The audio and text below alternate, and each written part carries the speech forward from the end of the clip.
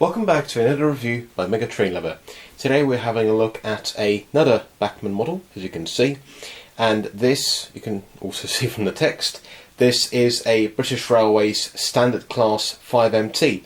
Although it is a 460, but I don't really know if there was much point for them to say that, because this was the only Standard Class 5 ever built for British Rail, but anyway. So, as you can see, it's a newer style box. It's not in the packaging. I've taken it out, given it a run-in. This was a pre-owned model, and this was actually modified by the previous owner. Because if we turn to one side, it says, obviously, BR Standard 460 73119 Elaine. It doesn't have the nameplates yet. If we turn to the other side, product code is 32509, Standard Class 5MT, number 73109. It's been renumbered to 73119, but the livery, BR Black Early Emblem, that is correct. So, and it's also been weathered as well. You'll see. I mean, it's a pre-owned model, but the price for it was so good, I honestly couldn't resist. Buying it when I saw it. So, the British Rail Standard Class 5MT, they were a class of 172 locomotives built between 1951 and 1957 to the design of R.A. Riddles. 130 of them were built at Derby Works, and the remaining 42 were built at Doncaster. These could be classed as a standard version of the Black 5. However, the two couldn't be furthest apart. In fact, the boiler, the only thing that's identical between the two is the boiler. That's it. Everything else was entirely influenced by other regions. The boiler was heavily influenced by the Black 5s, and they do in fact look quite similar, but it's not the exact same. But yeah, so you can't really compare them to the Black 5s. So, these locomotives, they were allocated to mostly the southern, the Midland and the eastern region. I think there were some allocated to the western region as well. So they were allocated to all four regions. Some were allocated to Scotland as well. And 30 of these engines were even fitted with capote valve gear, of which one of those does survive today. And capote valve gear is very, very similar to the one that was fitted to the one-off Pacific Duke of Gloucester, which is also preserved. And it was to basically improve on the steaming efficiency. 20 members of the class were named in 1959 following the withdrawal of 20 Southern Railway King Arthurs, and all 20 were based on the southern region. One of these was my example, which is 73119 Elaine.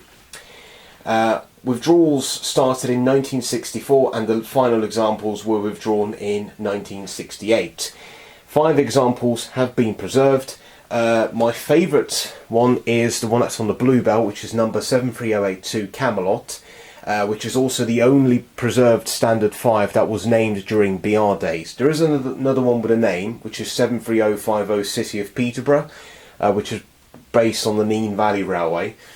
However, City of Peterborough 73050 was only named in preservation.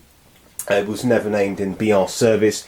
73082 Camelot on the Blue Bell is the only one that was named in BR and is preserved. There's also one, I forgot its number, it's preserved on the Midland Railway in Butterley, but that one does have capote valve gear. It's one of 2 locomotives preserved with capote valve gear. There's that one and Duke of Gloucester.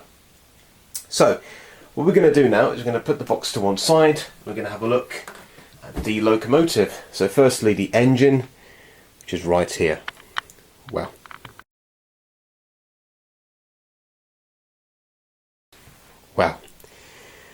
what can I say? So obviously this has been modified by the previous owner, weathered, but it does look really, really nice. Some of the details here, like these lamp irons and stuff, you don't get, like, sorry, the discs and these additional lamp irons which you got on the Southern Region engines, they're not on the default model. But yeah, I'm just going to look at the detail of it anyway. So let's start at the front. You've got sprung buffers, which is always a nice feature. It's got beautiful appearance, typical of the standard class 5. They've captured that kind of standard 5 appearance very, very well. See, I love the weathering. Obviously it is custom weathered, but still, I mean, I just have to comment, the previous owner did a very, very nice job weathering this model. They really did their research into it. But you get separately fitted handrails running along both sides of the loco. You get the regulator rod here. All the pipe work here does appear to be separately fitted, including the injector pipes just below the cab. You got the whistle and the safety valves. The valve gear and the wheels, they look absolutely beautiful. The valve gear is very, very intricately modelled. Yeah. All in all, it just looks beautiful. See, it looks very well used, you know, as it should do, because, well, I mean, this very clearly represents kind of late 1950s condition. So yeah, by that point they were more or less, you know, weathered, and they weren't being kept properly maintained, because obviously the diesels were coming.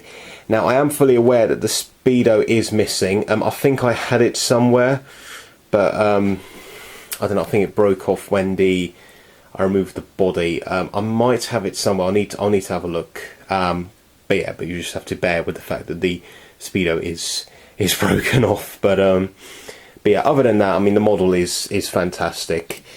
Now, I'm aware Bachmann do still make this, and the recommended retail price is very high for it. So, I mean, it's not 100% up to modern standards, I wouldn't say. But, I mean, for the price I paid for this one, this was very, very good value, and it was DCC ready. So I managed to fit it with a decoder quite easily, which is always nice. Because a lot of the models I've seen on eBay, they're not even DCC for, you know, decent prices. They're not DCC ready, but I found this one for a very good price, and this was DCC ready, which is a bonus for me. If we look in the cab, you can see that some of the details are painted. This control, which is for the blower, and the regulator, they're very clearly painted by the previous owner. But yeah, so the cab's a little bit basic, but it's all right for its time. You know, this was a good model. I mean, the tooling for it is at least 20 years old, and while I'm aware Bachmann really should update it, I wouldn't recommend it at the full RRP for this, the full modern RRP. But yeah, you know, for the price I paid for it, it's not bad at all. You know, it's not a bad model at all. Yeah, very nice detail, looks the part. Yeah, not much else to say really. It's a beautiful looking engine. Let's have a look at the tender. And the tender has also been weathered. This is a BR1B tender, so very typical southern region locomotive. The detail here, this is very clearly being picked out by the previous owner. The coal load, it is removable, so you can fit your own coal if you wish. The rear coupling is an M pocket, which is a bonus. You get the ladder, the water filler cap. Yeah, I mean, I love the weathering. The previous owner really went out of town with the weathering. It's just stunning. It really adds some life to the model. It just doesn't look like it's just come off the production line. No, it really looks like it has run for quite some time, which is obviously realistic, because, you know, locomotives, they do get dirty, do get weathered over time. So yeah, it's a very nice touch, and you get sprung buffers on the back as well, and the early emblem, which is very nicely applied. So yeah, overall, I mean, it's a fantastic model for the price I paid for it. Yeah, really impressed. Let's see how she performs though.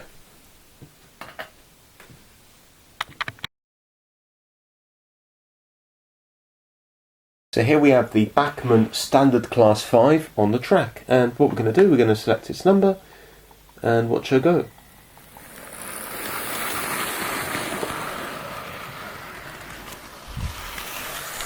away she goes. Now I've put it to running in speed.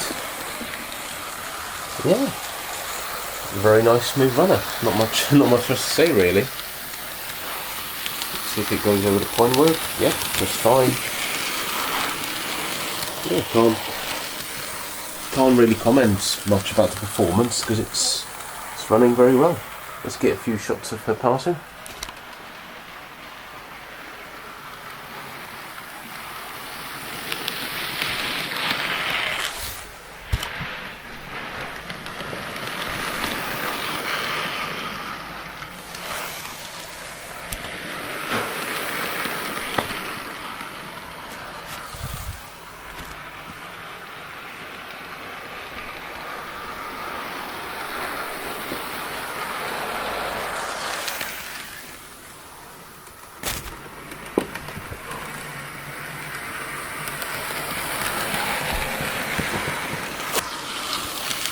So yeah, very impressed. For the price I paid, you know, it's not bad at all. And obviously it's not the newest model in the world. Yeah, very nice.